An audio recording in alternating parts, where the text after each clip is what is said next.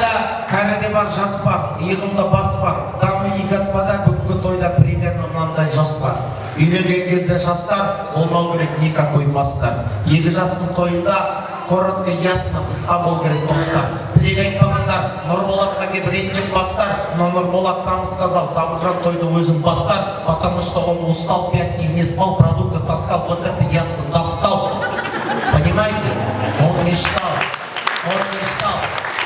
что у него женился сына, всем назначил меня перед вами, как карашка помада. О боже, какой мужчина!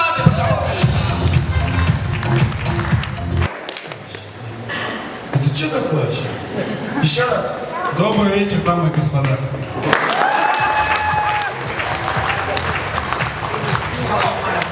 Мен ұрыспаймын деп обещание бересің ба? Шапалақ беремін дейді. А енді басқа қызға қарамайын деп уәде бересің ба? Бересің ба? Ну не понял. Ты попал. Бүгіннен бастап күйеуіме никогда қарсы келмеймін деп уәде бересің ба? Уәде беремін.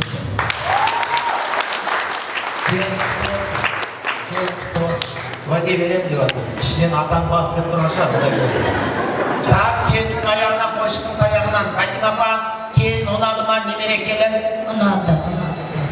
Ұнаса да, ұнамаса да тұрасыз, енді амал жоқ сізде. Бүгінгі келініңіздің қадамы құтты болсын. Мұнда енді қазақша түсінетін бар, түсінбейтіндер бар. Түсінбейтіндерді түсіндіріп отырыңыздар. Бүгін той, бүгін қуаныш, екі жастың тойы. Сонау Петропавловскіден келген біздің құдаларымызға, Құдай қосқан, Тәңір қосқан құдаларымызға қош келдіңдер деп бір шапалақ соғып жіберейік біздің алтындай құдаларымызға. Анара құдағиымызды шапалақпен қарсылайық. Анара құдағи. Айқай шу, Анара!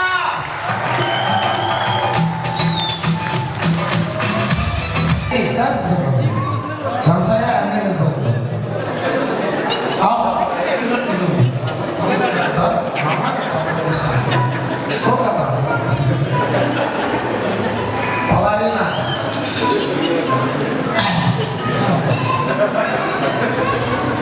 Екі қызына шапалақ соғып жіберейік, керемет ән айтқаны үшін.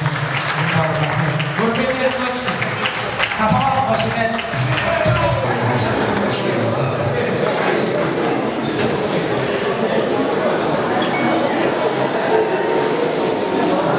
Тілекті бастайтын осындай қызды сіздерге беріп жатқан, қанаттыға қақтырмай, тұмсықтыға шоқтырмай, коронавирус жұқтырмай беріп отырған құда мен құдағиға тосты берейік. Етпей қасым жылау керек. Еркек өмірде екі жерде жылайды. Бірінші қызын ұзатқанда, екінші арақ ішкен кезде. Енді сіздер жайлап орындарыңызға бара беріңіздер. Соңғы тоз, соңғы түйенің аяғы ауыр, жүгі ауыр дейді. Той иесі осындай керемет дастархан жайған Нұрболат ағамызға оң жағынан да сол жағынан да патешке беріп жүрген Гүлмираға екеуіне бір шапалақ соғып жіберіңіздер.